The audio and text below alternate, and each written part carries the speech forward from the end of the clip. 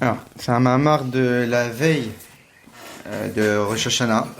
C'était en Tafshin Mem Zayin, donc la veille de Rosh Hashanah Tafshin Mem Chet en 87. C'est un court Mahamar. En réalité, c'est plus ou moins les mêmes notions d'un autre Mahamar de Tafshin Mem Aleph de 80. Où là-bas, le Mahamar est beaucoup plus long, beaucoup plus détaillé, où le Rabbi il parle de notions assez profondes de l'importance de la malchoute, de la royauté pendant Rosh Hashanah. Donc, on va essayer de voir, et au fur et à mesure, peut-être on jettera un œil sur le Mahamar de Tafshin Mem Aleph pour un petit peu plus rentrer dans les détails. Alors, Yom Tchelat Masecha Zikaron Yom Rishon. En ce jour était le début de tes actions en souvenir du premier jour. Donc ça, c'est un passage de Moussaf, le Rosh Hashanah. Et né à Yom Keyal Rosh Hashanah, quand il s'est marqué en ce jour-là, en fait, on parle de Rosh Hashanah. J'arrête Tfila Zoomrim Rosh Hashanah parce qu'on dit cette prière durant Rosh Hashanah. Comme on le voit au tout début de notre paracha, Atem Tsevim Ayom, le Zohar nous dit et les Mefarshim nous disent qu'Ayom c'est Yama Dejina, c'est Yom Adjin, c'est le jour du jugement, c'est Rosh Hashanah. Déjà Bezor, comme c'est marqué dans le Zohar, d'Ayom Stam, c'est Rosh Hashanah. Dans le Zohar, dans Parashat Bo, là-bas, le Zohar il dit que quand il y a marqué Yom, tout seul, c'est Rosh Hashanah. Yodea Djiyouk Bazé, Bidrushi Raboten Unesian. C'est connu, ce que nous expliquent les Rebbeim dans les Mamarim. Shari Rosh Hashanah ou Yom, Ashishi, les Maaseh Bereshit. Rosh Hashanah, c'est le 6e jour de la création, c'est le premier Tishri. Obiam, Shilif Neze, Gvar, Aïta, Asiel, Kamadvarim. Donc si c'est le 6e jour de la création, c'est-à-dire que les 5 jours précédents, Dieu il a déjà fait énormément de choses. Il y a déjà eu Maasecha, il y a déjà eu les actions de Dieu. Comme Shikato, Bidvar, Hashem, Shamaim, Nasu, que c'est basé par la parole de Dieu, les sions ont été faits, etc. Vachika, Abraham, Itabechaf, et le même au point que l'essentiel de la création a eu lieu quand? Le 25 Elul. Dire Chiva, parce qu'il est dit à propos du 25 Elul, le premier jour de la création, Bereshit Bar Elokim et Hashem Vetaretz, au commencement Dieu créa le ciel et la terre, où là le terme de bara a été employé, ce qui n'est pas employé dans les autres jours de la création. Chez Zekaïa la Bria Yeshmeain, qu'on sait très bien que lorsqu'on dit le terme de Bria, de création, on parle d'une création ex nihilo Yeshmeain, quelque chose à partir de rien. Donc ça veut dire que quand est-ce qu'il y a eu une véritable création? Quand est-ce qu'il y a eu une véritable action de Dieu? C'était le premier jour de la création. Parce qu'à ce moment-là, Dieu l'a vraiment passé du néant à l'existant. D'après précisément, comme je mets à Ramban, comme dit le Ramban, Nachmanid, mais Pirouche la Torah dans son commentaire, qu'on a dans le Lashon HaKodesh en hébreu, l'apparition de l'existant à partir du néant, et là, Lashon Bara, uniquement le terme de Bara. Quand il y a marqué Yitzira, quand il y a marqué Asiya, c'est pas une création du néant à l'existant. C'est une formation. Il y avait déjà quelque chose, et ce quelque chose-là, on l'a transformé. Très bien. Donc a priori, le début des actions de Dieu, c'était Chafé Be'elul. Pas après. Donc quand le jour de Rosh Hashanah, on dit que c'était Zayem Trilat Masecha, en ce jour c'est le début de tes actions, c'est pas vrai. Le début des actions de Dieu, c'est Chafé Be'elul, le début de la création, le premier jour de la création. Et même si on réfléchit sur, ok, peut-être que Dieu il a fait des choses les autres jours de la création, néanmoins, si c'est incomparable ce que Dieu a fait le premier jour, ce que Dieu a fait les autres jours. Le premier jour, c'était une vraie action. Le premier jour, c'est une vraie création. C'est vraiment quelque chose passé de rien à l'existant. Ce qui n'a pas eu lieu les autres jours. Très bien. Et donc, le début des actions de Dieu, c'est Chafélul. Berishon et Masé Berish, le premier jour de la création. Donc, comment peut-on dire dans la Tfila que le jour de Rosh Hashanah, c'est le début des actions de Dieu? A priori, ce n'est pas le cas.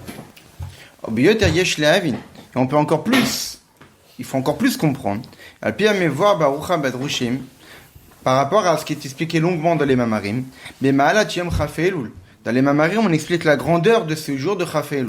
Chez Bo Nivra Olam Kulo, où le monde entier a été créé. Pas juste le ciel et la terre. Lorsqu'on regarde les commentateurs, on voit bien qu'en réalité, le premier jour de la création, tout a été créé. Quand il y a marqué Et Hashamaim, pas marqué Bereshit bara Hashamaim, Bereshit bara Elokim Et Hashamaim. On aurait pu dire Hashamaim. Pourquoi Et Hashamaim? Et Hashamaim, les rabot de c'est pour inclure que le ciel a été créé et toutes les créatures du ciel. Ve'et haaretz et la terre. Pourquoi ve'haaretz? Pourquoi ve'et? Les rabot de pour ajouter les créatures de la terre. Chez Mikal Zemouvan, de tout ça, qu'est-ce qu'on comprend? De l'amrod, kol eiluim vachidushim. Malgré que lors du 25 Elul, il y a eu la création ex nihilo yeshimaïn, l'existant à partir du néant. Et non seulement ça, que pas seulement il y a eu juste le ciel et la terre globalement qui ont été créés, mais tout a été créé. Et juste après Dieu leur a donné une forme, Dieu les a installés comme le dit Rashi. Là ici il rapporte, il y a marqué Yehimeorot, que ce soit les luminaires. Et Rashi nous dit Miam Rishon Nivraou. Dès le premier jour ils ont été créés. Au Barvi, Tsiva, Alehem, les Aklot Berakia, seulement le quatrième jour, il leur a demandé d'être suspendus dans le ciel. Comme marqué Totse Haaretz Nefesh Chaya, que la terre fait sortir l'âme de vie. Akon Nivra Miam Rishon, Velotrichou, il allait au Tsiam. Tout a déjà été créé le premier jour. Et on avait besoin uniquement de les faire sortir. Le Ramban nous dit, comme on l'a vu tout à l'heure, que Dieu il a tout créé à partir du néant. Et on a le terme de création à partir de rien que le terme de bara. Et pas tout a été fait. En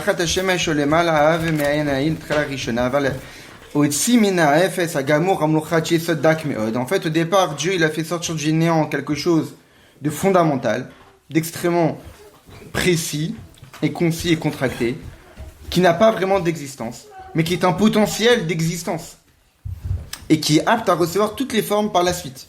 Au début, il y avait un potentiel, et ensuite, il y a eu, comme si il y avait une source, une matière informe au départ, et qu'à partir de cette source-là, tout va être créé. Et cette source-là a été créée le premier jour de la création. Et donc, tout a été créé le premier jour. Et malgré tout cela, on dit quand même que Rosh Hashanah a une grandeur. Et non seulement que c'est une grandeur, on dit que précisément ces jours-là, c'est Zetrilat Masera, c'est le début des actions de Dieu. Et en réalité, dans le crochet, le rabbi dit,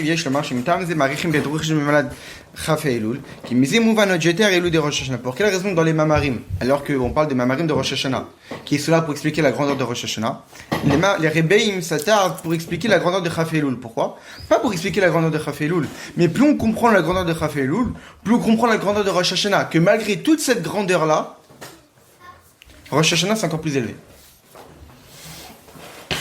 Et le rabbi dans le Mamar de Tafshin Mem Aleph, il explique aussi longuement la grandeur de Chaf Elul comme étant un jour où tout a déjà été créé, comme étant un jour, il y a marqué Yom Echad, pas marqué Yom Rishon, premier jour, Yom Echad, dans le sens où durant ce jour-là, il y avait l'unité de Dieu qui était dévoilée. C'est-à-dire que c'était un monde dans lequel l'unité de Dieu était quasiment visible, il était présente, il y avait quand même un dévoilement de l'unité de Dieu. Au point qu'on l'appelle Yom Echad, pas Yom Rishon, Yom Echad, pour montrer que le Echad était d'une certaine façon dévoilé, d'une certaine façon. Et malgré cela, Rosh Hashanah est plus élevé. Donc, Data Abior, basé, c'est quoi l'explication de tout cela? T'es malade, tu aimes Rosh Hashanah, Shinikrat Chelat Masecha. Pour quelle raison Rosh Hashanah est appelé au début des actions de Dieu? Au Mishum, Shebiyam, parce que durant ce jour-là, au Binyan, Sfirat HaMalchut, c'est la construction de la Sphira de la Malchut. Ça me va avec l'idée Arizal, comme c'est expliqué longuement dans les écrits du Arizal. Dans les écrits du Arizal, on nous dit, en se basant sur un verset qu'on a vu dans le Tanya il n'y a pas longtemps, que Tamid Ene Hashem Elokei Chaba Mereshit Hashana B'Tacharit Hashana, que les yeux de Dieu se trouvent tout le temps sur la terre d'Eretz Israël du début de l'année jusqu'à la fin de l'année. Donc on voit qu'il y a marqué tout le temps, Dieu il dévoile sa vitalité. Si c'est tout le temps, pour quelle raison on dit Mereshit Hashana B'Tacharit Hashana, du début de l'année jusqu'à la fin de l'année? Non. Si c'est tout le temps, c'est tout le temps. Pourquoi préciser du début à la fin?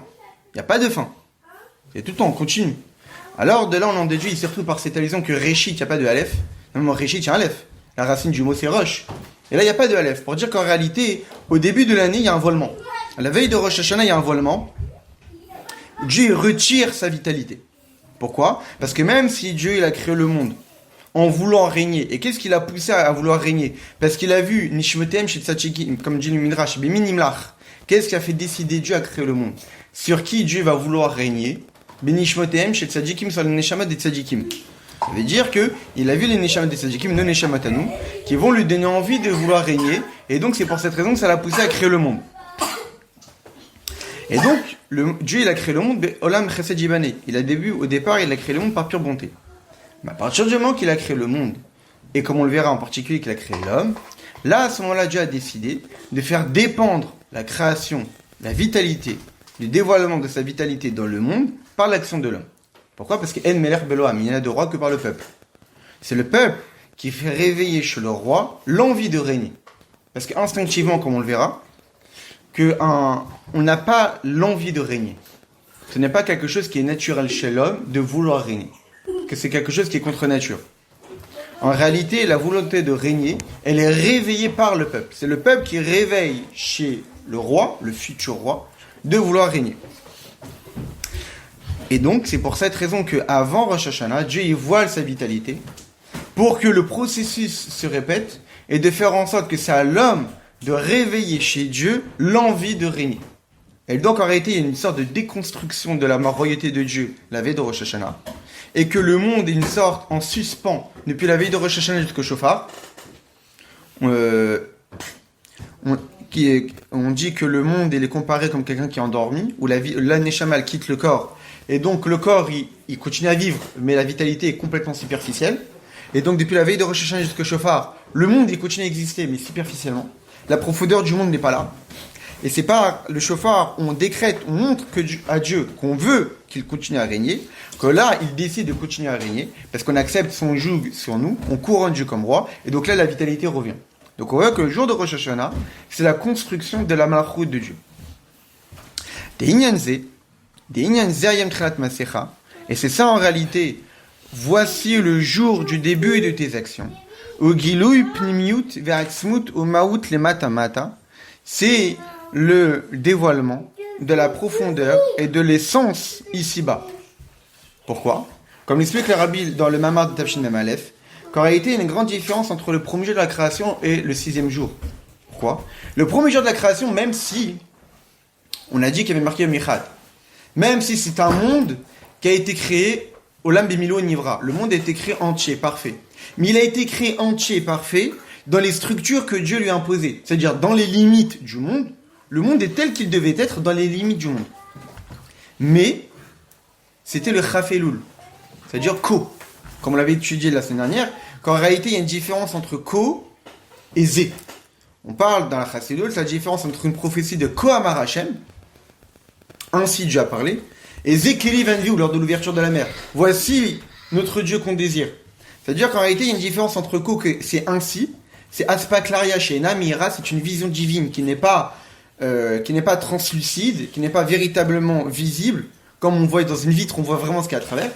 Mais c'est comme on voit dans un miroir, on voit pas ce qu'il y a à travers parce qu'il y a quelque chose d'opaque derrière la vitre qui empêche de voir ce qu'il y a à travers. Alors que Zé, on montre du doigt, c'est-à-dire qu'on voit véritablement les divinités. La différence entre le 6e jour de la création de l'homme, et le premier jour de la création, c'est que le premier jour de la création, certes, il y avait le divin qui était là, mais c'était un divin qui était limité par rapport à la création que Dieu a imposée au monde, par rapport aux limites, aux structures du monde. Donc c'était une vitalité, mais c'était limité. Donc c'est écho, c'est lointain. Raphaëloul, c'est écho, c'est lointain. C'est une vitalité qui n'est pas totalement dévoilée. L'essence même de Dieu n'est pas totalement dévoilée dans le monde. Pour cela, ça passe par l'action de l'homme. 6e jour de la création. C'est pour cette raison que le jour de Rosh Hashanah, on dit Zé, Ayam Trilat Maasecha. En ce jour, le Zé, c'est pas seulement Ayam Trilat Maasecha, le jour des actions de Dieu, c'est le Zé, c'est le dévoilement de l'essence même de Dieu. Pour quelle raison c'est le dévoilement de l'essence même de Dieu ? Parce qu'il y a l'homme qui agit. Et parce que l'homme, c'est-à-dire la Neshama, puisque nous on est une partie de Dieu, on est l'essence même de Dieu, et étant donné qu'on est l'essence même de Dieu, alors on est capable d'attirer l'essence même de Dieu ici-bas. Seulement ceux qui sont porteurs de l'essence de Dieu sont capables de dévoiler l'essence même de Dieu. Et quand est-ce qu'est apparue l'essence même de Dieu sur terre ? Lors de l'apparition de l'homme. Il parle Be'apan Nishmat Chaim, qui lui a insufflé une âme de vie. Et donc c'est pour cette raison que le jour de Rosh Hashanah, ici nous dit le Rabbi, que c'est le dévoilement de la profondeur de l'essence même. Comme c'est expliqué longuement dans un mamar que normalement le Baal Tokia il doit étudier, un mamar d'Admorazaken qui est rapporté par Douansé dans le Sidour, la vine Ignat Kiat Shofar, pour comprendre c'est quoi la sonnerie du Shofar d'après les Kavanot du Baal Shem Tov. Et là-bas, le Admorazaken explique longuement, profondément, que tout ça s'opère, que c'est la sphira de Malchut qui gère tout ça.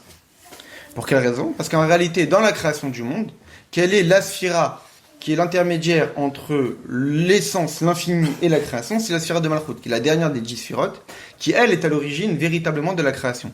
Mais puisqu'en réalité, le jour de Rosh Hashanah, tout se renouvelle, c'est la sphira de Malchut qui agit vraiment pour ce renouvellement de vitalité, ce renouvellement de la création et de dévoilement de Dieu sur terre. Maintenant, dans le Mamar de Tafshin Aleph, le Rabbi va un peu rapporter ici, c'est qu'en réalité, tout a participé à la création. Pour quelle raison on parle de la place de la sphira de Malchut ? Parce qu'on réfléchit bien, on dit Dieu a créé Dieu a créé le monde en 6 jours. C'est-à-dire quoi en 6 jours ?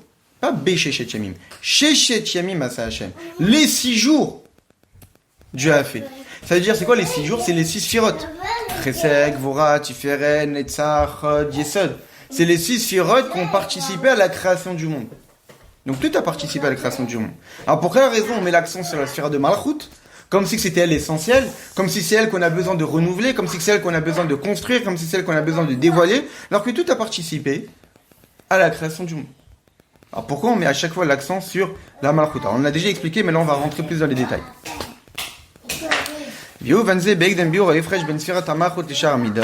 Et tout cela on peut le comprendre par rapport à la différence entre la sphira de Malchut et toutes les autres midot. Parce qu'en réalité, la gamme chez Kol Midot Mekoram ou Be'atzmut Ma'uti Dvarer, que même si toutes les midot étirent leur vitalité de l'essence même de Dieu, Sharekul Nivru Yeshmaïl, parce que toutes ont été créées, l'existant à partir de néant. Alideum Atzmut Ma'uti Dvarer, grâce à l'essence même de Dieu, Shelevad Vekochover Chalto Levru Yeshmaïl, car seulement lui est capable de créer quelque chose à partir de rien. Donc toutes les sphirotes ont été créées par Dieu. Les 6 midot ont été créées par Dieu.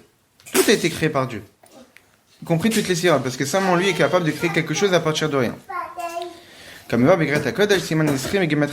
c'est expliqué longuement dans le Tanya de Greta Kodesh. Mais quand même, comme néanmoins. Enfin, la façon dont ils ont été créés, c'est quoi? On est à 4e ligne. Chez Biotam Nimshachim le Mata. Areyesh Baim Shinui Gadol, Beyoter, les Gabé à Midot qui fichem Bem Koram Beshoracham. En réalité, telles qu'elles ont été créées, toutes les Midot, il y a une différence fondamentale telle qu'elle se trouve ici-bas, par rapport à ce qu'elles sont, par rapport à ce qu'elles étaient, dans leur source à l'origine. Alors certes, tout a été créé par Dieu. Certes, toutes les Midot ont été dévoilées, émanées de Dieu. Mais la façon dont toutes les Midot ont été émanées de Dieu, de la façon dont toutes les Midot ont été créées par Dieu, elles ont été créées de façon à ce que telles qu'elles se sont dévoilées dans les mondes inférieurs, fait en sorte qu'elles n'ont plus du tout la même puissance spirituelle, le même aspect, le même dévoilement, la même existence de ce qu'elles étaient à l'origine de leur source. Et là, le rabbi de préciser, l'homme y qui fichem nifshachim bolamazé tartan, pas seulement tel qu'on peut les trouver dans ces mondes-ci, chez les matamimenu, qui n'y a pas plus bas que le nôtre, chez Zikar Kavanatabria, qui est l'essentiel de la création, c'est pour arriver à un autre monde. וכמובן גם מזה שמציעים בנוגע לראש השנה, שאמרו חז"ל כשמתקדשים למלאך השרת לפני הקדוש ברוך הוא לומר מתי ראש השנה, comme on peut le voir même dans une preuve de la Gemara, dans le Midrash, on raconte qu'une fois les anges sont rentrés chez Dieu, et on dit à Dieu c'est quand Rosh Hashanah. Donc on sait bien que Rosh Hashanah c'est le premier jour du mois, donc c'est un peu compliqué par rapport à la lune, etc., de fixer quand est-ce que c'est. Alors Dieu leur a répondu à Kadosh Baruch Hu Merlehem, lima atem shoalim, c'est à moi que vous posez la question. Ani vatem nelech etzel bedjin shel mata, moi et vous on va aller au bedjin d'en bas pour leur demander quand est-ce que c'est Rosh Hashanah. Pourquoi? Parce que la Torah, comme on voit dans notre paracha, l'obashamimi, la Torah n'est pas dans le ciel. La Torah a été donnée ici-bas dans ce monde. Donc ça veut dire que c'est nous les bénis Israël qui décidons de ce qu'on en fait de la Torah, et c'est nous qui décidons de quand est-ce que tombe Rosh Hashanah. Et donc automatiquement on voit que même le jour de Rosh Hashanah, on met l'accent sur l'importance de ce monde-ci. Que c'est dans ce monde où tout se joue. Donc, t'es pshita, shamidot, tifishem bolamazé, à tarton. Mbishinu gadol, biyotar, legabe, kefishem, même koram, meshoracham. Ça, c'est une évidence. Que les midot de Dieu, le chesed qui est dans le monde de la Siya, la gvura qui est dans le monde de la Siya, la tuferet qui est dans le monde de la Siya, est évident qu'avec les contractions, avec tous les voilements qui pour passer de l'infini au monde de l'Atsilut, au monde de Bria, au monde de Yitzira, au monde de la Siya, il y a un autre monde physique et matériel, il est évident que les sphirotes de ce monde-ci sont incomparables parce que c'était à l'origine. Ça, c'est une évidence. Mais, elle a filou qui fouille chez Amida atem les malam Atsilut. Mais même les midot telles qu'elles se trouvent dans le monde de Atsilut, qu'on dit que c'est un monde qui est rempli de l'écoute, qu'un monde de divinité.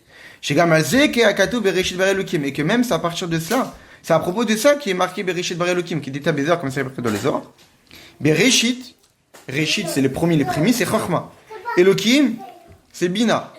Shamaim Varetz, c'est Zeranpin Venugva. Donc en réalité, dans le premier verset de la Torah, on parle de l'apparition des 10 sphirotes. L'apparition des 10 sphirotes où? Dans le monde de Hatzilut. Mais comme Aregam, Shamareem, Bitsuram, Bimkomam, Alede Shinishtal Shilu Matsu, Tumaut, Alede Kama Parsaot, Vitzimtsumim, Bishtal Shiluyot. Néanmoins, ils ont été créés par une forme a une place particulière spirituellement, provenant de l'essence même de Dieu, en subissant beaucoup de voiles, beaucoup de contractions, beaucoup d'enchaînements. Ça, c'est toutes les sphirotes. À la différence d'une seule. Ma sheken sphirat à malchut, shuna mika la sphirote. La sphirote de malchut, elle, est différente de toutes les autres sphirotes, basée chez Kemo, chez Ib, Shoracha, Ken il est mata. La malchut, a priori, c'est particulier. La malchut est une sphira qu'elle a été créée de façon à ce que comment elle sera ici-bas, c'est exactement de comment elle était à l'origine. Alors pourquoi ? Ça veut dire qu'en réalité, la malchut, malgré qu'elle descend de monde en monde, elle est exactement du même niveau, du même puissance spirituelle de ce qu'elle était dans l'essence même de Dieu. Toutes les sphirotes, lorsqu'elles passent de Hatzilut, de Bria, de Yitzira à Siya, elles subissent ces modifications. La sphirote de Malchut, elle, ne subit aucune modification. Elle est la même dans tous les mondes inférieurs que dans l'essence même de Dieu. Pourquoi ? Alors, pour comprendre ça, on va voir dans le Mamar de Tafshin Mem Aleph. D'abord, on va s'intéresser à l'identité de la Malchut. C'est quoi la Malchut ? Alors, c'est dans le Mamar Tafshin Mem Aleph avec les explications. Là-bas, des explications, il rapporte un condensé de c'est quoi la sphira de Malchut. Alors, c'est intéressant pour comprendre la suite. C'est expliqué dans Chassidut que la sphira de Malchut, elle se trouve chez l'homme, Be'elem she'eno bimtsiut. La Malchut, en réalité, c'est un attribut, un trait de caractère que chaque homme possède, mais c'est un trait de caractère dont on n'en a pas totalement conscience, qui n'existe pas vraiment. Voilà, c'est pour cette raison, un homme n'est pas intéressé à régner. Un homme ne règne uniquement par l'effort du peuple. Qu'ils montrent qu'ils sont soumis au roi par une soumission totale. Parce que une personne, ça va un peu le casser les pieds de s'occuper des autres. Il a sa propre vie, il a ses propres vocations, il a ses propres envies, il a ses propres idéologies. Et là, on va lui demander, occupe-toi de nous, de nos besoins. Non. Qu'est-ce qui va pousser un homme à vouloir régner sur d'autres ? C'est que le peuple montre qu'on sera à l'écoute de tes directives, qu'on va être totalement soumis à toi. Mais c'est-à-dire que de façon instinctive, de façon automatique, j'ai pas forcément envie. Je peux vouloir faire du bien, je peux vouloir être rigoureux, je peux peut-être avoir pitié, je peux peut-être vouloir surpasser des épreuves, je peux peut-être être reconnaissant. D'autres sirotes, oui. La malchut, c'est quelque chose qui est voilé de façon naturelle chez l'homme et qu'elle nécessite l'intervention d'un tierce, d'un peuple, d'une collectivité extérieure pour pouvoir justement réveiller cette envie-là. Mais ça a besoin d'être explication. Comment peut-on dire que la volonté de régner dépend d'un peuple ? On peut voir qu'il y a des gens qui veulent régner. Ils ont envie de se sentir supérieurs aux autres. Hein ? Voilà, les politiciens, on a la preuve tous les jours. Et ça existe de façon intrinsèque, sans qu'ils aient besoin. On voit bien des gens qui s'engagent en politique parce qu'ils ont envie d'avoir une place importante, mais le peuple n'a rien demandé. On ne veut pas les voir, et certains même on ne veut plus les voir. Et pourtant ils continuent, ils veulent une place importante, ils veulent diriger, ils veulent des privilèges. Mais t'as rien demandé. C'est quoi l'explication ? Il y a un caractère en plus qui est expliqué dans notre langage à nous, qui est le langage de Meloucha. Il y a une différence entre la Meloucha, qui est la royauté, et même Shala, la dominance, vouloir dominer. La différence entre les deux, c'est quoi ? Ça dépend de la caractéristique de celui qui dirige. Parfois, du fait de sa force, de sa témérité, ou parmi mes kocham miuchad, et par rapport à sa capacité à inspirer, à instaurer une crainte, une peur sur les autres, comme par exemple un homme sur des animaux, cela découle de son caractère, de sa force à vouloir faire trembler les gens autour de lui, parce qu'il a cette capacité-là, il a cette force, il a cette intensité qui se dégage de lui. De cette façon ou d'une autre façon. Mais ça, c'est complètement différent de la royauté. Un roi, c'est un homme standard. Avant d'être couronné, il était parmi le peuple. Il ne se distinguait pas des autres. D'un point de vue de cette capacité dévoilée, il n'est pas différent vraiment des autres. Même s'il est possible qu'il y a dans le peuple des gens sages, et même forts, même plus sages que lui, même plus forts que lui. On n'a pas forcément vu que le roi, c'était le plus intelligent, le plus fort, le plus riche que tout le peuple. Non, on peut voir qu'un roi, il y a dans le peuple des personnes qui sont même plus intelligentes que lui. Des personnes qui sont plus fortes que lui. Donc en réalité, c'est pas d'un point de vue de sa capacité à être supérieur aux autres qu'il devient un roi. C'est autre chose. En réalité, la royauté est créée par la volonté du peuple. La royauté, elle est voulue. Et puisque elle est réveillée par le peuple, en réalité, c'est une capacité extérieure qui provient du peuple et qui est orientée vers le peuple. Un roi sur le peuple, mais qui n'est pas une caractéristique personnelle du roi. Le roi il n'y a pas un don d'être roi. C'est quelque chose qui est demandé par le peuple, alors que le roi n'a pas forcément quelque chose de plus. Mais il faut bien, le peuple désire un dirigeant qui va orienter le peuple pour faire prospérer le peuple, pour dicter des règles qui vont permettre au peuple de pouvoir se développer convenablement et pouvoir répondre aux besoins de chacun. On a besoin de quelqu'un qui dirige et qui décide. Et pour cela, le peuple se tourne vers une personne qu'il pense être apte à pouvoir le faire. Mais ça ne veut pas forcément dire que c'est du fait de ses qualités personnelles qui va faire qu'il va régner. Non, c'est le peuple qui réveille chez le roi cette capacité de régner. C'est pour cette raison qu'on trouve dans les Mamarim l'exemple Mashal al-Malchut me'adam shuno'am tov שבכוחו לסחוף את הקהל למרות שאינו אומר שום דבר, דהיינו שאינו מדבר דברי חוכמה או רגש מיוחדים. בשונה מאדם שיש לו מהות אישית, כמו חכם או בעל רגש מיוחד שאומר בפני הקהל את הבנתו רגשותיו. On voit dans les Mamarim de Chassidut que des fois on parle d'un roi qui n'est pas si exceptionnel que là, qui n'a pas de grandes capacités, etc. Alors que qui n'est pas une capacité personnelle. C'est quelque chose qui s'étend et qui est réclamé par le peuple. Alors qu'un chacham, il va parler des choses intelligentes, quelqu'un d'émotionnel, il va exprimer un sentiment. Le roi, c'est pas ça. Eh bien, c'est exactement pareil. On dit, par exemple, que la royauté se trouve dans la bouche. Malchut P. Un roi, il dirige par sa bouche. On compare la royauté à la capacité de parler, à la parole. Alors que la parole, c'est quelque chose qui est extérieur. Puisqu'on ne parle que pour quelqu'un qui est extérieur à nous-mêmes. On ne parle pas tout seul. Et donc, en réalité, la différence entre la royauté et quelqu'un qui domine, un dirigeant, un moshel, et même aussi dans le but, de l'objectif à atteindre. Le désir d'un moshel, c'est de dominer. Plus il domine, plus il atteint son objectif. Alors que le roi, le roi, lui, est intéressé par la direction qui provient du peuple. Le roi réclame et désire de ce que le peuple de lui-même soit intéressé par sa direction. Un dirigeant, un moshel, lui, il est intéressé par la dominance. Il veut soumettre le peuple à lui. Le roi, lui, ce qui l'intéresse, c'est que le peuple désire qu'il règne. Il ne désire pas diriger, mais il désire que sa direction soit voulue par le peuple. La direction ne l'intéresse pas. C'est plutôt la demande du peuple.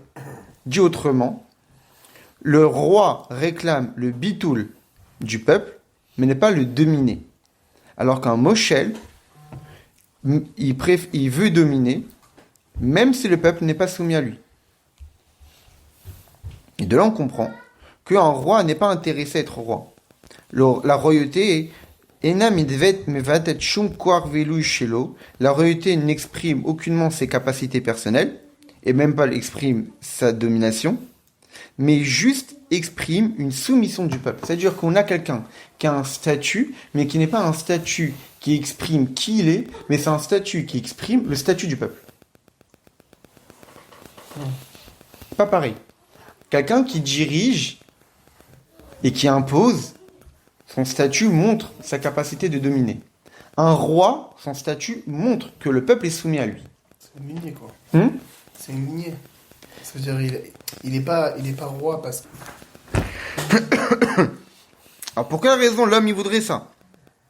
Alors que ça n'exprime pas. En réalité, lorsqu'on voit des personnes qui souhaitent être rois, ils ne souhaitent pas être rois. Ils souhaitent dominer. Ils souhaitent diriger. Mais c'est pas la royauté qu'ils cherchent, c'est la domination. Ils veulent montrer leur supériorité par rapport aux autres. De là, on comprend, ce qui est rapporté de la Chassidut, que la Malchut est une sphère la plus basse. Et d'un autre côté, sa racine spirituelle est d'un point de vue le plus élevé. La Malchut, c'est la 10e, c'est la plus basse. On dit l'Etlam, elle n'a rien d'elle-même, elle dépend des autres sphirotes, la Malchut. Néanmoins, on dit que la Malchut, dans sa racine spirituelle, c'est la plus élevée. Toutes les capacités de l'âme, intellectuelles, émotionnelles, proviennent de l'homme lui-même. Ce sont ses propres capacités. Il est sage, il est bon, il est émotionnel, il est fort, etc. Alors que la royauté, c'est une capacité extérieure, qui vient des autres. C'est quand même intéressant. On parle d'une capacité de l'âme qu'on possède, mais c'est une capacité qui est donnée par les autres. C'est pas une capacité qu'on produit. C'est une capacité qui est donnée par les autres. Donc là, on voit bien que la Malchut est une mida, est un trait de caractère bien en dessous des autres, bien inférieur. D'un autre côté, sa racine spirituelle est enracinée dans l'essence même de l'âme. Pourquoi ? Parce qu'elle est dépourvue de toute structure, de toute caractéristique. Plus une chose a une définition, on peut la mettre dans une case, on peut lui donner un aspect, plus en réalité elle est extérieure. Plus une chose est dénudée de tout aspect, de toute définition, de toute structure, plus elle est profonde.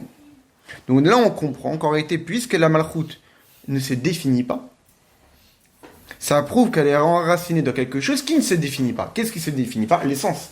L'essence ne se définit pas. C'est l'extérieur qui se définit. Des capacités se définissent. Des actions se définissent. Mais l'essence, on ne peut rien dire sur l'action. On ne peut rien dire sur l'essence de l'âme.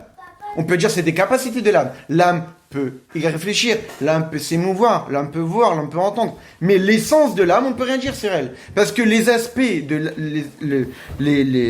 les définitions n'apparaissent que dans le côté extérieur, pas dans le côté profond. La Malchut ne se définit pas. Ça prouve qu'elle est enracinée dans une partie de l'âme la plus profonde qui soit. Qu'est-ce qu'on voit de là ? On voit bien que la Malchut s'est différenciée de toutes les autres. Alors, dans le Mamar de Tafshin Mem Aleph, il dit, là-bas le Rabbi, que la Malchut est différente de toutes les autres midot dans leur racine. La racine spirituelle n'est pas la même. De leur essence, de la façon de s'exprimer, dans leur réveil, dans la façon de se réveiller, dans leur dévoilement et dans la façon de se dévoiler. Ça veut dire que le Rabbi est en train de nous dire que la Malchut s'est différenciée de toutes les autres midot par tous ces aspects-là. Racine spirituelle, essence, existence, réveiller, façon de réveiller, dévoilement, façon de dévoilement. D'un point de vue de la racine spirituelle, toutes les midot sont incluses dans Ari Khanpin. Ari Khanpin, c'est une partie de Keter, la partie la plus superficielle du Keter. Alors que la Malchut est enracinée dans ce qu'on appelle en Kabbalah et en Chassidut, Radla.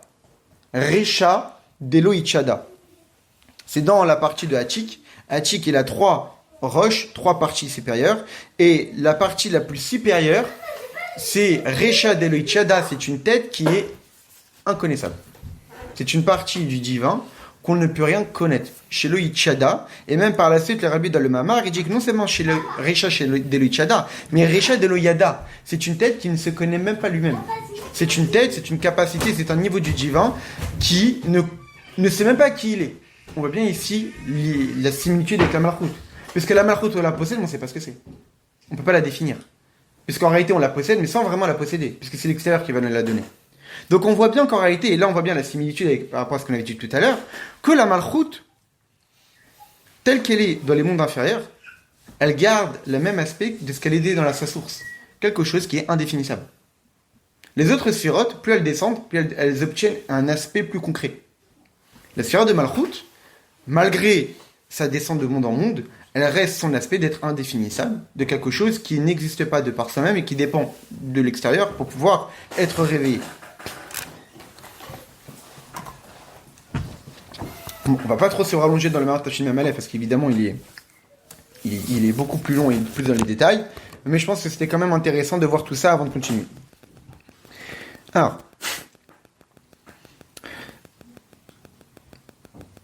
et donc le Rabbi nous dit, Vagam, deuxième paragraphe du verso, Vagam shegam sfirata malchut imisheva midot, que même si la sphère de Malchut fait partie de cette midot, ça veut dire qu'elle est concernée par les Ishtalshelut. On ne dit pas que la Malchut, elle reste là-haut, et on ne retrouve plus la Malchut dans les autres mondes. Non, on retrouve la Malchut dans tous les mondes. Donc elle subit la Ishtalshelut, elle subit l'enchaînement des mondes. Mais comme Marizerek Bechitsniuta, c'est uniquement dans son aspect extérieur. On sait très bien que tout dans le monde a un aspect profond, un aspect extérieur. Quand on dit que la Malchut subit la Ishtalshelut, elle ne subit que dans son aspect extérieur. Peut-être dans ses expressions. Mais profondément, la Malchut, elle, ne change pas d'identité. Elle reste la même. Comme c'est expliqué longuement dans le Mamar là-bas, de l'Admor Azaken. Chez Bepnimiut, c'est des Ishtalshelut, que profondément, chez Bepnimiut, c'est des Ishtalshelut, que dans la profondeur d'un changement des mondes, un Rofen Amshachat Firat Malchut, ou chez Kemo, chez I, Baatzmut, ou Maut et Barer, Ken Mshechet Vomedet Begilui et Matamata. Que la façon du dévoilement de la Malchut, et de quelle façon? C'est que de la même façon de comment elle était dans l'essence sainte de Dieu, ainsi elle se dévoile, elle se tient ici-bas. Et même dans les niveaux les plus bas. La Malchut, elle, ne change pas d'aspect.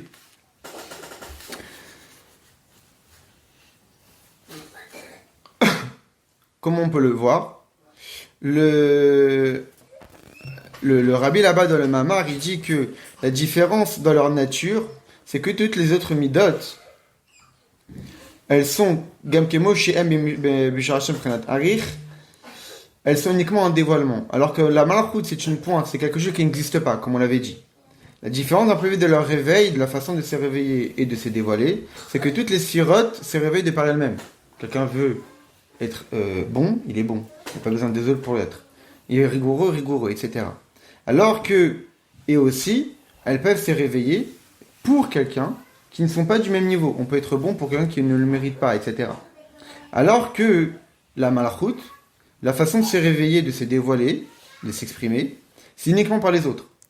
C'est pour cette raison que, puisque c'est les autres qui font déterminer le dévoilement de la Malchut, alors la Malchut ne s'exprime uniquement sur des personnes qui sont du même niveau que moi-même. Je vais pas régner sur des moustiques. Je ne vais pas régner sur des fourmis.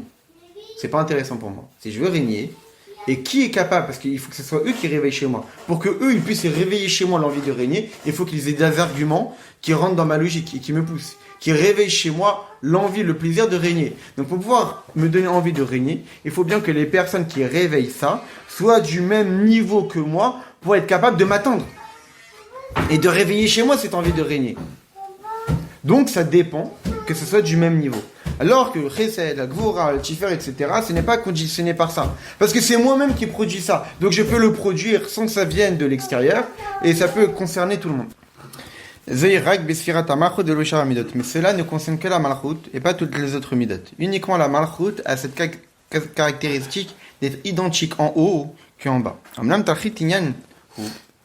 la finalité, c'est quoi? C'est que la malchut puisse influencer les autres midot. À l'idée que lorsque la malchut fera son rôle, que grâce au fait qu'elle va dévoiler la profondeur dans l'extérieur, chez Sirat HaMalchut Ipnimiut Kulan, que la malchut en réalité c'est la partie la plus profonde de toutes les autres sphirotes, c'est-à-dire que profondément, quelle est la capacité la plus profonde, comme on a dit, que d'un point de vue de la racine spirituelle qui est la plus élevée, c'est la malchut. Donc ça veut dire que d'un point de vue des autres midot, c'est elle qui est la profondeur des autres. Extérieurement, on a l'impression que c'est la plus inférieure, c'est les autres qui la réveillent. Alors que profondément, c'est elle la plus élevée, la plus profonde. Donc la malchut, c'est la profondeur des autres midot. Et donc par son action, qu'est-ce qu'elle fait? Elle va aussi changer les autres. Chez Sirat HaMalchut Ibnut Kulan Po'olet Baen, il agit sur elle, Gamken, Inyanze, Shurgash Baem, Yanan Kemoshe Em Besharacham Mekoram, de façon à ce que les autres midot aussi puissent ressentir ce qu'elles sont véritablement dans leur racine. C'est-à-dire que là, on parle évidemment de Rosh Hashanah. Le jour de Rosh Hashanah, on construit la Malchut. C'est-à-dire que le jour de Rosh Hashanah, on dévoile la Malchut. Et par le dévoilement de la Malchut, il y a un chamboulement qui s'opère dans le monde, qui certes est créé par toutes les midot. Mais par ce dévoilement de la Malchut, le monde s'élève. Le monde il y a un dévoilement divin dans le monde entier qui n'aurait pas pu avoir lieu sans l'action de cette Malchut qui se dévoile, qui exprime ce qu'elle est véritablement.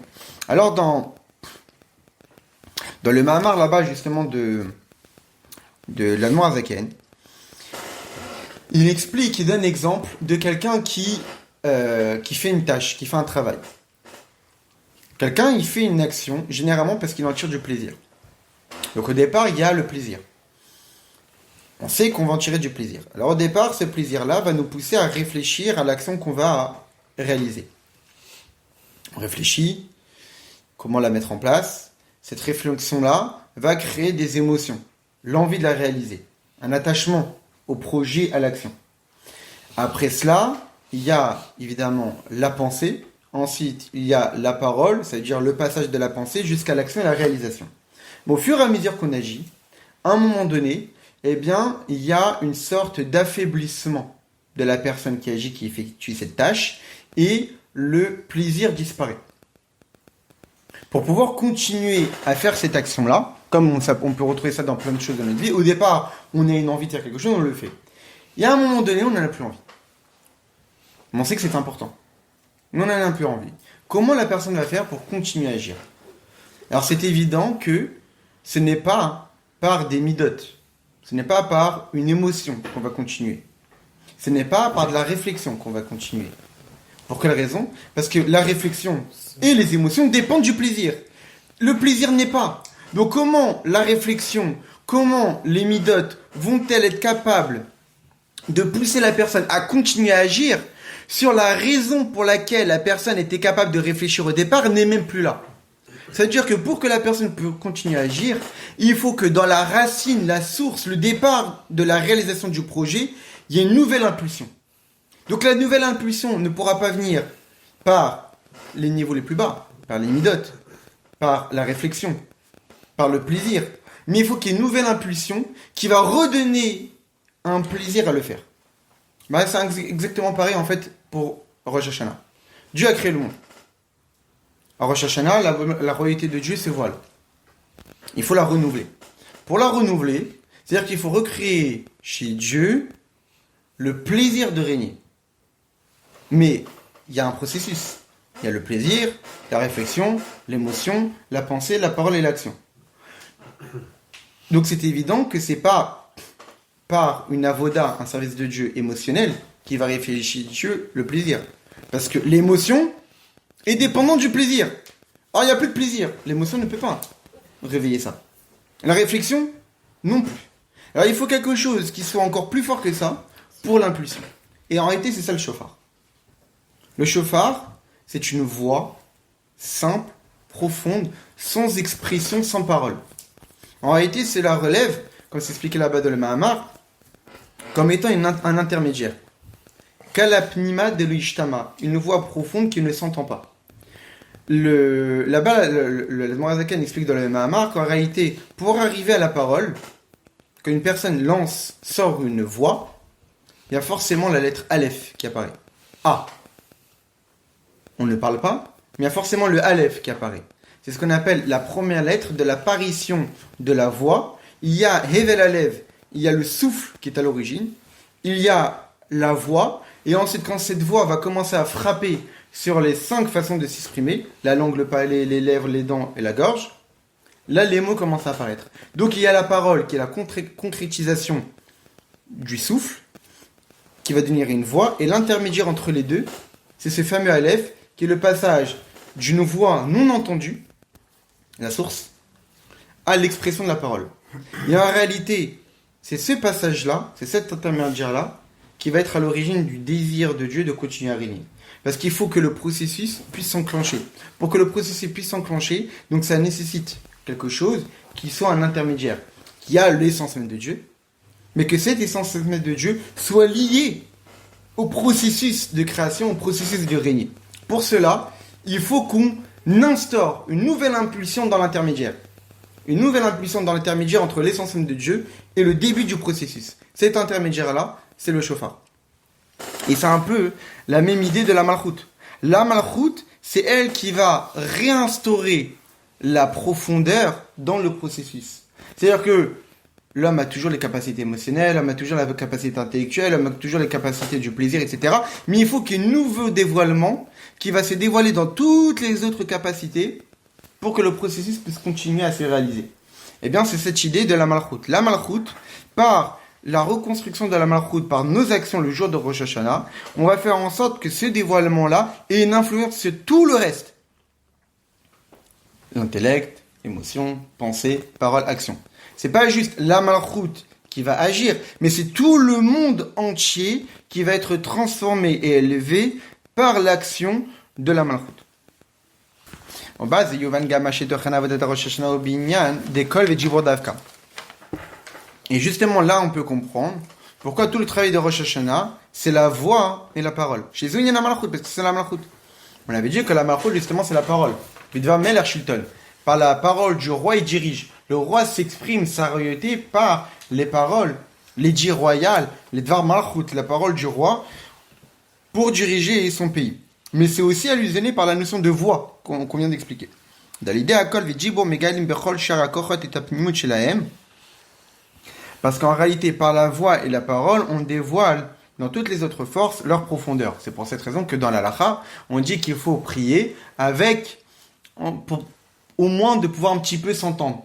Parce que la voix réveille la kavana. Quand on ne s'entend pas, il n'y a pas de kavana qui vient. Mais quand on s'entend, on met de la matière à ce qu'on est en train de prononcer, on met de l'existence à ce qu'on est en train de faire, et donc ça réveille une kavana, parce que pour avoir une kavana, on fait une kavana sur quelque chose. Mais si on ne le s'entend pas, il y a rien qui, on a l'impression qu'il n'y a rien qui est fait.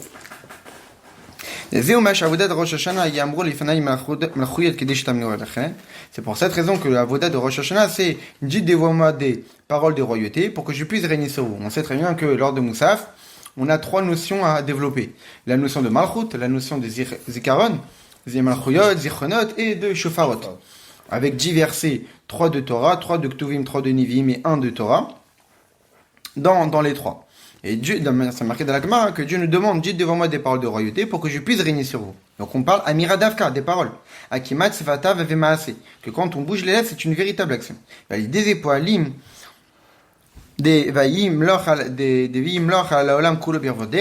que Dieu il va régner sur le monde entièrement par son honneur. Donc on voit que c'est la parole qui provoque ça par les paroles de royauté de Malchuyot. Ça c'est une idée fondamentale. Que comme on voit dans la Mida, on dit que sache tous ceux qui ont été créés, qui a tapé alto, que c'est toi qui les as créés. Vaïnou, ça veut dire quoi?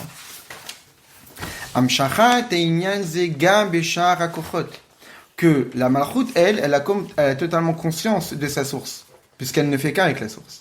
Donc la Malchut, elle est pareille, dévoilée, que dans sa source.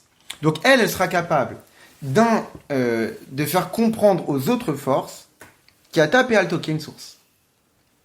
Derrière la chaîne Viyeda que Paul, cette idée qu'ils sachent tous ceux qui ont été créés. La chaîne Yidia, on parle ici d'un date, une connaissance. On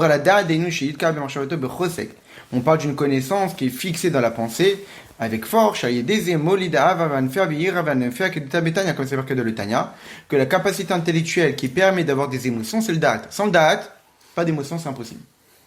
C'est quoi le date? Au début, on a la chachma qui est l'idée. Ensuite, il y a la bina qui est le développement intellectuel. Et enfin, il y a le date qui apparaît. C'est quoi le date? C'est d'avoir merkaz, de centraliser toutes nos pensées, toute notre réflexion, toute notre identité de ce qu'on est en train de réfléchir. Quand on met tout notre être et on fait participer toute notre vie à cette notion-là, alors là, on la maîtrise totalement. Et puisqu'on la maîtrise totalement, les émotions peuvent commencer à apparaître. Donc on voit bien que quand il est marqué Viyeda Kol Paoul, on parle que l'homme, le jour de Rosh Hashanah, et la création tout entière et toutes les midot peuvent arriver à cette capacité, à cette grandeur de Viyeda, de savoir vraiment. Venimtsa Shadjibour Poel Bishar Midot. Donc on voit que la parole, la Malchut, agit sur toutes les autres midot. Que Yeda Kol Paoul Kata Pe Alto, que toute l'existence ait conscience de sa source. Au même titre que la Malchut elle-même. Chen ou Gam Alde Kol HaShofar. Et tout ça, on peut aussi se voir par le son du shofar. De'av Shetkat Shofar Rena Melacha, mais comme Yashba Yoter Makifat Svatayim, et les Giet Kol Hagouf. Même s'il est vrai que sonner du shofar n'est pas considéré comme un travail le jour de Rosh Hashanah, néanmoins, il y a dans l'action de sonner du shofar plus même que de parler. On avait dit qu'en réalité, quand on parle, on concrétise. Le but, c'est de concrétiser que la matière elle-même, que le monde, que l'existant elle-même puisse ressentir qu'il y a tapé alto. Donc c'est pour cette raison que Dieu nous demande de parler, parce que parler permet de concrétiser les choses, et que même l'existence la plus extérieure va aussi ressentir autant que la malchoute qui est la source. Quand on sonne du chauffard, ça va encore beaucoup plus loin.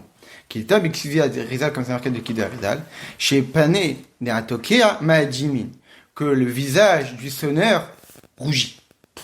Kanifi Raimitocho, parce que lorsqu'on souffle, ça vient à l'intérieur, au Bekoro, et de toute sa force.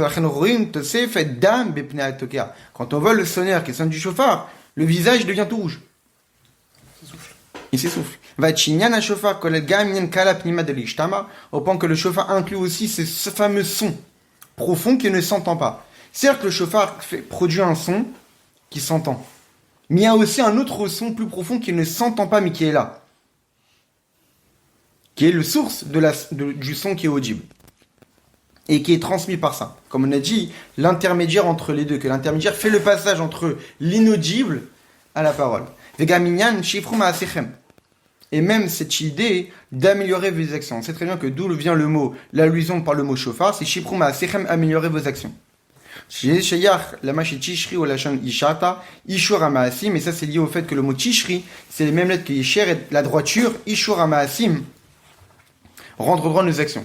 Donc ça revient à ce qu'on avait dit par rapport tout à l'heure au Shlakadosh, que Tkiya, Jvarim 3, Tkiya c'est la droiture, Jvarim 3 malheureusement c'est les déviances, et Tkiya c'est la nouvelle droiture qu'on voit bien. Donc on voit bien que le chauffard qui est Shipruma Asechem, améliorer vos actions, est en concordance et en cohérence avec le mot Tishri qui est les mêmes lettres que Yesher et la droiture, parce que le chauffard va permettre à l'homme de retrouver sa droiture. C'est quoi l'idée profonde ici? L'horaire que tout le travail de Rosh Hashanah consiste à réveiller l'essence de notre neshama par la voix, parce que par le son du chauffard, ça réveille notre profondeur, parce que le son du chauffard, on couronne Dieu comme roi, donc on dévoile la royauté. Et donc, qu'est-ce que ça veut dire? Ça veut dire qu'on dévoile l'essence même de nous-mêmes. Parce qu'on a dit que la malchoute, c'est une capacité de l'âme la plus enracinée, la plus profonde de l'âme. Donc, puisque le kol, c'est ce qui va réveiller la profondeur, c'est la malchoute qui provient de la profondeur, alors, donc ça va influencer sur toutes les autres forces de Shipruma Asechem d'améliorer les actions. Donc, on voit que le chauffard réunit ces deux idées. Réunit cette idée de retourner à la source. Et du fait qu'on retourne à la source, alors on va pouvoir modifier toutes les actions. Le chauffard, en réalité, c'est une transformation, c'est une amélioration, c'est une élévation de tout l'être de l'homme. C'est d'être capable de revenir à la source, et c'est d'être capable de élever le monde. C'est pas juste laisser le reste, mais tout le monde va commencer à s'élever. La personne, l'individu, le monde entier est élevé, est amélioré, est spiritualisé, grâce à l'action du chauffard, par le fait qu'elle retourne à la source, et qu'elle dévoile telles que les choses elles sont vraiment. Et le rabbi ensuite il associe tout ça, il fait le lien avec le Télim du jour. Là le Mamar c'était la veille de Rosh Hashanah, donc le Chavtet, le 29, qui est aussi le jour de l'anniversaire du Tzemar Tzedek. Le rabbi fait le lien avec le Télim. Erev Rosh Chodesh Bechlal, Erev Rosh Chodesh Tishri Biprat, qui est la veille de Rosh Chodesh, en particulier la veille de Rosh Chodesh de Tishri de Rosh Hashanah.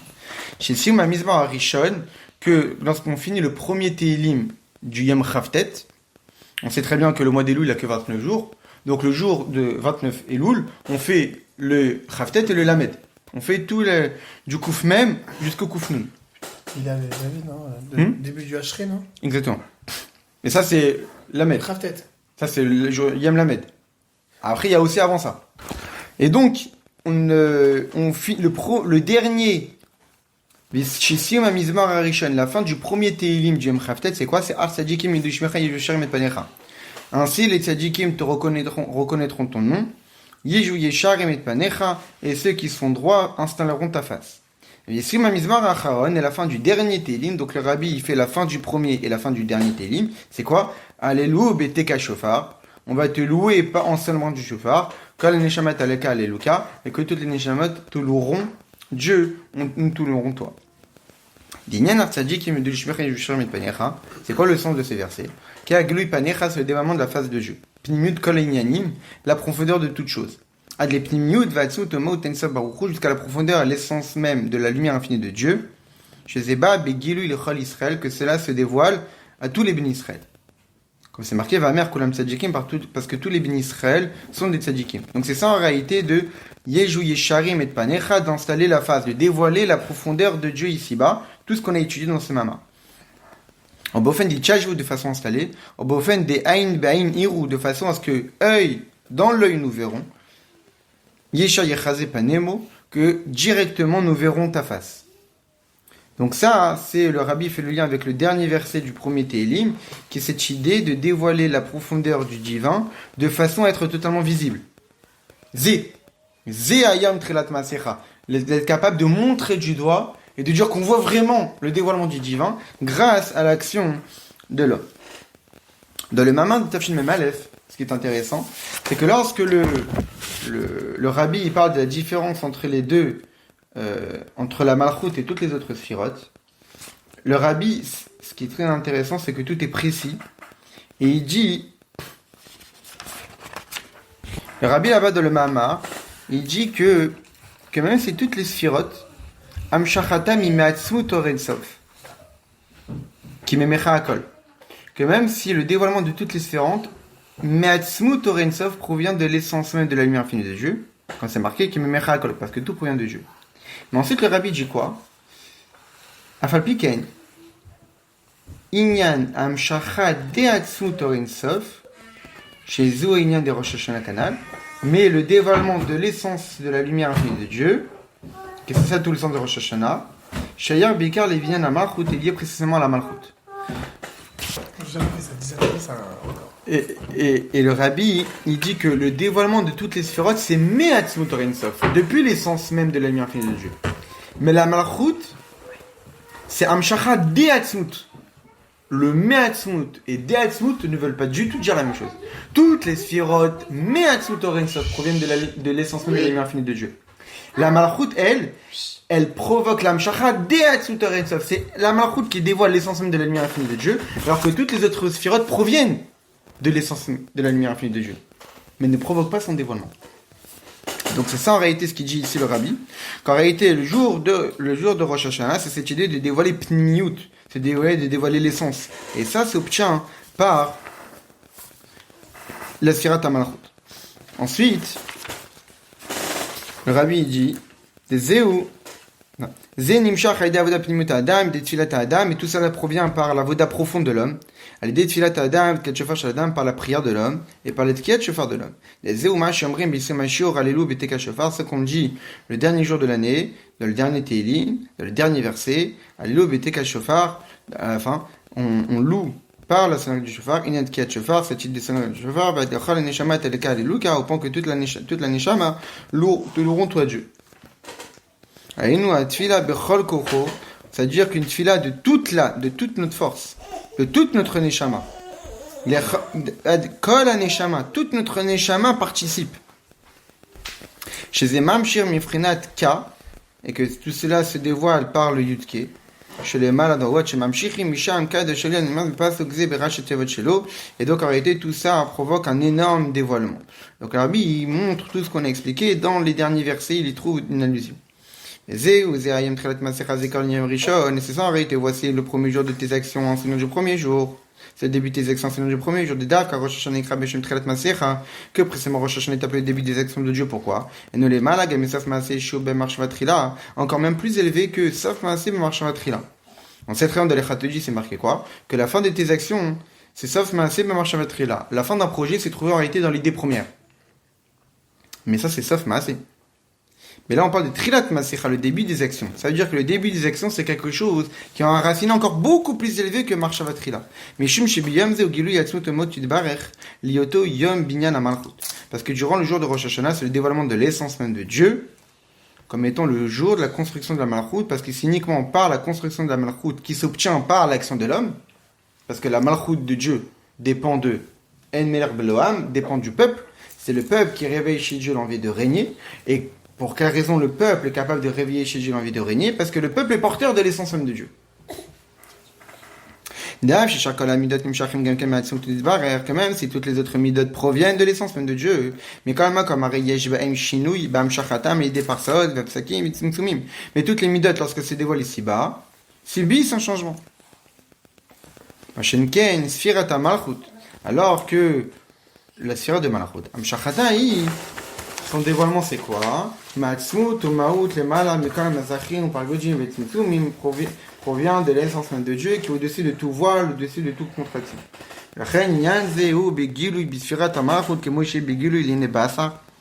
C'est pour cette raison que ce dévoilement s'obtient dans la sphira de Malachut, tel qu'elle se dévoile par nos yeux faits de chair et de sang, parce qu'il n'y a aucun changement. L'homme est capable de voir la Malachut de Dieu ici-bas, telle qu'elle est là-haut. C'est pour cette raison que lorsqu'on doit accepter la royauté de Dieu, on doit le faire avec simcha. Parce que la simcha pourrait que l'agdarim, parce que la simcha brise toutes les barrières. La Malachut, par définition, par son identité, c'est d'être au-delà de toutes les limites. Donc, normalement, quelqu'un qui accepte la royauté de Dieu doit se faire avec joie et pas avec crainte, avec peur, avec non-envie, avec des... C'est pas forcément son envie. Non, ça doit se faire avec joie parce que, par définition, la royauté de Dieu est au-delà de toutes les limites. Donc, elle doit provoquer chez l'homme un sentiment qui est au-delà de toutes les limites qu'il a simcha. Même si en réalité se rentre dans les détails, la construction de la Malachut se perd pendant les 10 jours de pénitence. C'est très bien que dans chaque sphira, il y a les 10 autres. Il y a Chesed, il y a Chochma chez Malachut, Gvura chez Bina chez Malachut, Da'at chez Malachut, etc. Donc en réalité, étant donné qu'il y a 10 jours, le jour de Rosh Hashanah, qui est le premier des 10 jours, on ne fait que dévoiler la première sphira de la Malachut. Parce que Rosh Hashanah en tant que premier jour d'Aseret Mitzvah. Mais comme Yesh Rosh Hashanah Od Inyan Sheu. En réalité, Rosh Hashanah, il a quelque chose en plus. Rosh Hashanah, c'est pas juste un jour parmi tant d'autres. C'est pas juste le premier jour des 10 jours. C'est Rosh Hashanah. C'est Rosh. C'est la tête des autres jours. On met ça inyansé, et du fait que c'est la tête. La tête, elle inclut tout. La tête, c'est la source de vitalité de tout le reste du corps. Même si la tête fait partie du corps, on ne peut pas comparer la tête au reste du corps. Même si Rosh Hashanah fait partie des Aseret Mitshuvah. Et pendant la Aseret Mitshuvah, on continue à construire la Malchut parce qu'on participe à la construction de chaque sphira de la Malchut. Néanmoins, le jour de Rosh Hashanah s'opère l'essentiel chez Aïnou. Jour de Rosh Hashanah, on construit et on dévoile toute la Malchut et après ça s'opère dans les détails. Mais la globalité et l'essentiel c'est fait le jour de Rosh Hashanah. Donc ça veut dire qu'on ne doit pas compter sur les autres jours pour continuer. On doit mettre toutes nos forces le jour de Rosh Hashanah pour profiter à 100%. On sait bien que Rosh Hashanah il est béni par le Shabbat qui le précède, le Shabbat Parashat Nitzavim, le Kanoda, chez Chodesh Kadosh comme c'est connu, que le Shabbat Mvachim du mois de Tish, qu'on ne bénit pas le mois. Pourquoi? Parce que comme dit le Baal Shem Tov, c'est Dieu lui-même qui le bénit. Et que c'est par cette force-là que nous, les bénisseurs, on va pouvoir bénir tous les autres mois de l'année. Les 11 mois de l'année que nous on bénit, en commençant par le mois de Cheshvan, eh bien, on a cette force-là de bénir tous les mois, parce que Dieu nous a donné cette force-là, lorsque lui-même a béni le premier mois. On sait très bien que la bénédiction du mois, c'est le premier passage de la paracha. Aten mitzavim ayom kulechem, qui est un verset de la Torah, donc c'est Dieu qui le dit. C'est ça, la bracha de Dieu. Vous allez vous tenir, Aten mitzavim ayom kulechem, vous allez vous tenir, vous allez survivre, vous allez réussir le jour du jugement. C'est la bracha du Shabbat Mvachim. Et tochen abracha ou atem mitzavim ayom shi chodesh amuzba ou masbia bekol. Que la bracha c'est quoi? Vous vous tenez aujourd'hui que ça va être un mois amuzba qui est rassasié. On sait très bien que le mois de Tishri c'est chodesh ashvi. Mais les Rebbe m'expliquent que ashvi c'est sauvé à rassasié. Parce que c'est un mois qui est rempli de fêtes, donc qui est rassasié de fêtes. Mais pas seulement il est rassasié. Ou masbia. Mais il rassasie les autres. Et Shlemar à Pirouge basé, c'est quoi l'idée? Shenosaf linyan vachalta. En plus du fait que tu vas manger. Yeshna gam ashlemut deve savata. Le mois de Tishri, c'est pas juste un mois où on mange. C'est un mois où on est rassasié du spirituel. Ah! Alors la lacha nous dit, vachalta vesavata. Overarta. Tu manges. Si tu es rassasié, tu fais birkat. Donc c'est ça l'idée. Chez Davka, Az Yeshna Chiyuv min Torah be'arta et Hashem lekecha. À ce moment-là, il y a l'obligation d'après la Torah de bénir Dieu. Abracha vamshacha min Torah. Une bracha qui provient de la Torah même, que psak alacha bepoel, comme c'est tranché. Que quand est-ce que vient la bracha? Lorsqu'on est rassasié. Ah, le mois du Tishri, on est rassasié. Alors vient la bracha automatiquement. Et c'est une alacha qui demande. Mais baim acharta les parashat abba.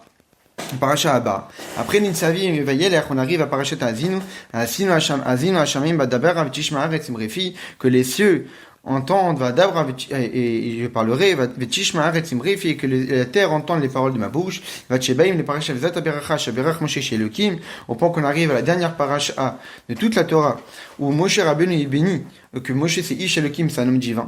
Et Kitsun Veren Shochne Afar, et que se réveillent tous ceux qui sont sous terre. Et que Moshe Rabbeinu est béni de façon dévoilée toutes les brachot qui sont dites.